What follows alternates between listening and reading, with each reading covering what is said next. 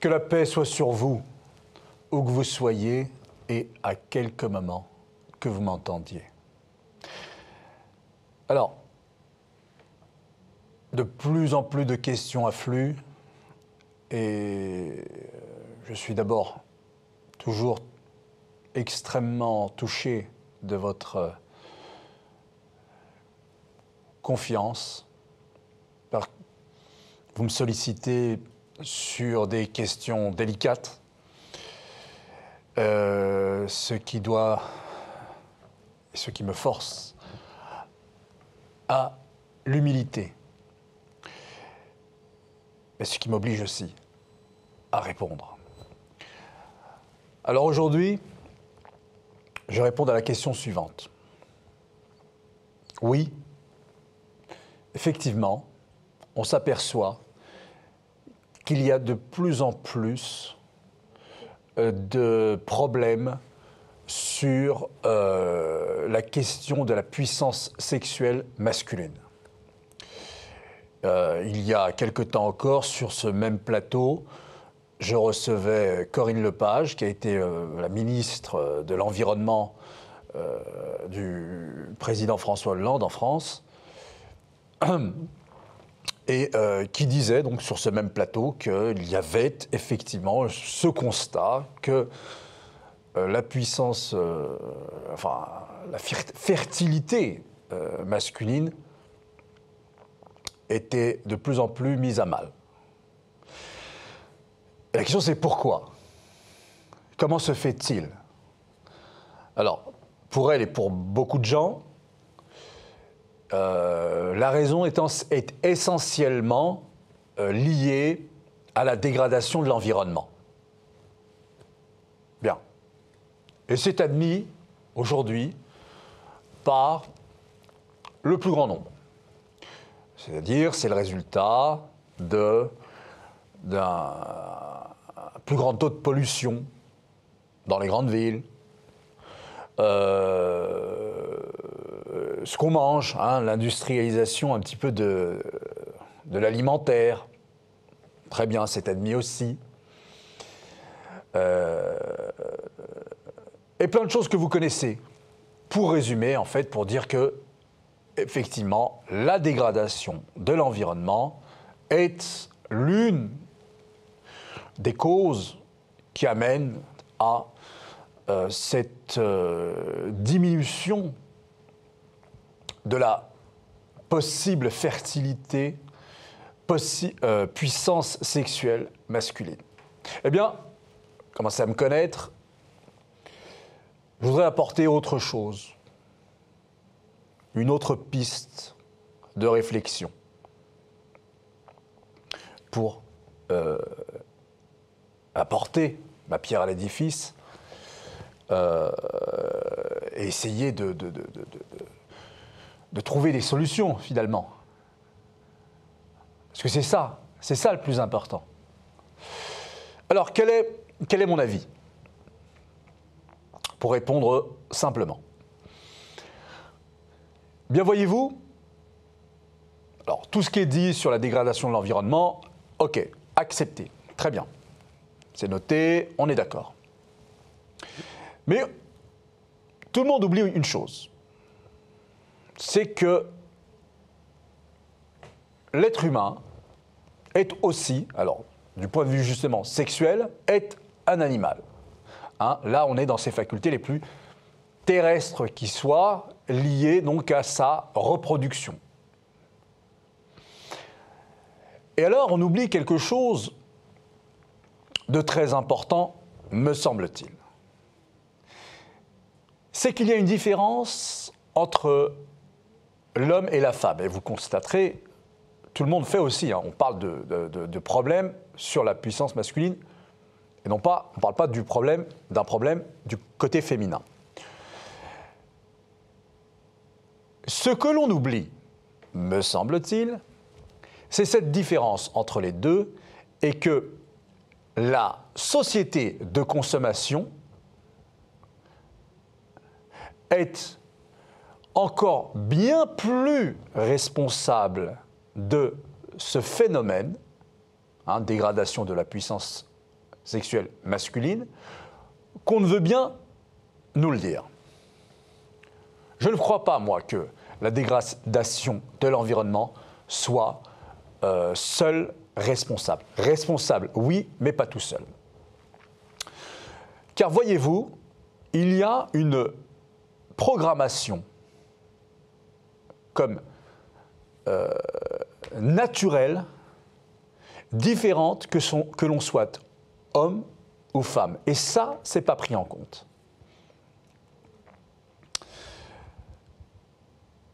Comment l'ai-je compris pour vous le définir le plus simplement du monde? Voilà, j'ai passé un bon nombre d'années à faire des profils psychologiques de consommateurs, en travaillant dans grandes multinationales qui, justement, dispensent du matériel de confort.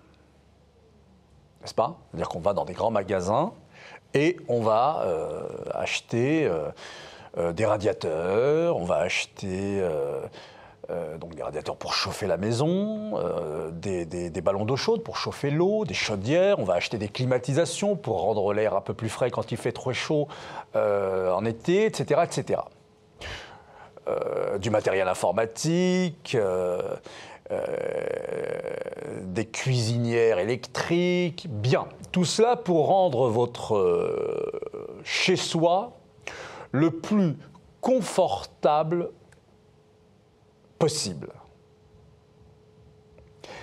Et moi, je prétends que cela est chez une femme, chez la femme naturelle, dans la mesure où elle est programmée naturellement pour vouloir le maximum de confort, dans la mesure où elle sait qu'elle s'apprête à accueillir un bébé et qu'elle veut pour lui qu'il ait, pour parler simple, ni trop chaud ni trop froid, qu'il soit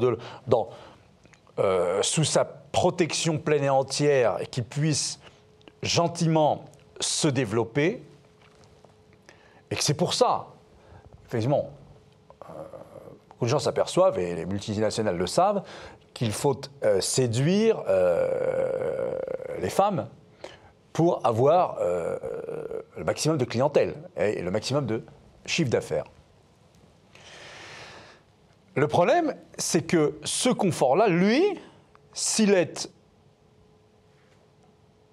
très bien pour la femme et le petit qu'elle va accueillir, pour les raisons que je viens de vous dire, ce même confort est une menace pour l'homme. Il est très mauvais pour l'homme. Parce que ce qui va contribuer à faire que l'homme reste sexuellement puissant, c'est son agressivité. Son agressivité, sa saine agressivité. Je ne parle pas d'agressivité, quelqu'un qui va taper tout le monde gratuitement dans la rue. Mais c'est cette saine agressivité qui fait qu'il doit continuer à être celui qui va aller à la recherche, à la quête de l'énergie qui se trouve dehors, dans son environnement, pour la ramener à la maison. Cette saine agressivité qu'il cultive, elle, nourrit sa puissance sexuelle.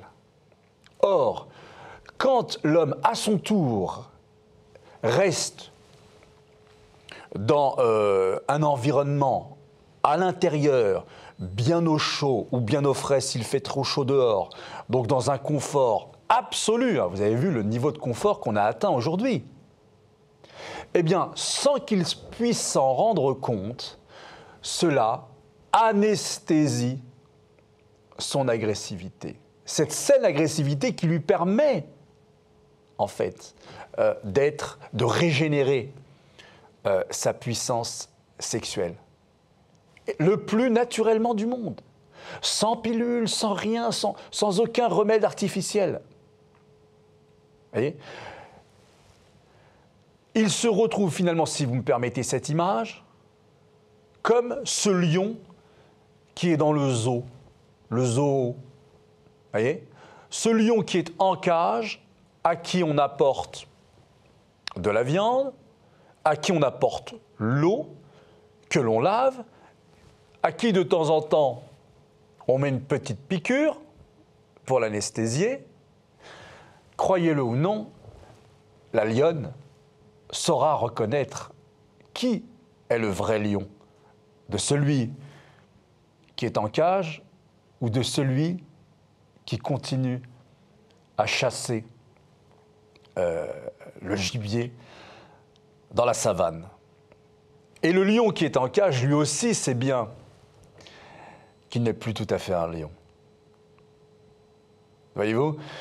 Donc, je prétends, moi, que la société de consommation dispensant le confort maximum pour le plus grand nombre constitue un danger énorme aussi, hein, en plus donc de ce qu'on a dit tout à l'heure, l'environnement qui s'est dégradé, etc., etc., mais le confort absolu que nous vivons aujourd'hui pour bon nombre d'entre nous constitue une menace très importante pour la virilité, pour la fertilité, pour la puissance sexuelle masculine. Donc attention à cela en prenant des précautions très simples. Hein. Dire, le matin, lavez-vous, prenez votre douche avec de l'eau fraîche. Hein, parce que l'eau fraîche, c'est naturel. Pas besoin de chauffer l'eau, pas besoin de prendre une douche chaude. Essayez, hein, ça ne peut pas vous paraître complètement ahurissant. Pourquoi prendrais-je une douche fraîche alors que je dispose d'un ballon d'eau chaude ? Mais essayez une fois, 2 fois, vous verrez. Vous aimerez tellement, je n'ai pas dit une douche froide, hein, fraîche. Mélangez, vous trouvez le bon dosage. Vous verrez que vous ne pourrez plus prendre une douche chaude. N'est-ce pas ? Levez-vous toujours de bon matin et allez faire un petit tour dehors, allez prendre la température à l'aube. Hein ? Ne vous levez pas pour aller travailler, levez-vous bien avant. Levez-vous pour vivre. Non pas pour aller travailler, levez-vous pour vivre. Le travail fait partie de votre journée. Mais ne vous levez pas pour aller travailler, levez-vous pour vivre. Mais, tous les petits exercices qui existent, et ils sont nombreux, qui doivent devenir des habitudes dans notre quotidien, jour après jour, vont vous aider en réalité, parce que là, il y a un phénomène, il y a beaucoup d'hommes jeunes, de plus en plus jeunes, qui me contactent pour des problèmes de puissance sexuelle. Donc ça devient un phénomène. Là, on n'est plus dans le cas isolé. Bien sûr, il y a d'autres raisons à cela. Hein. J'ai assez parlé des conséquences de la pornographie qui est accessible plus facilement du monde sur Internet. Mais là, je voudrais mettre l'accent sur comment transformer son quotidien, comment redevenir un être naturel, parce qu'il y a là, hein, dans comment redevenir un être naturel, le remède en réalité le plus efficace qui soit, et le plus durable, hein, et qui vous éloigne des remèdes artificiels pour régénérer son corps, régénérer sa vitalité sexuelle. Voilà, n'hésitez pas à m'envoyer d'autres questions sur cette thématique. À bientôt. Wassalamu alaikum wa rahmatullahi wa barakatuh.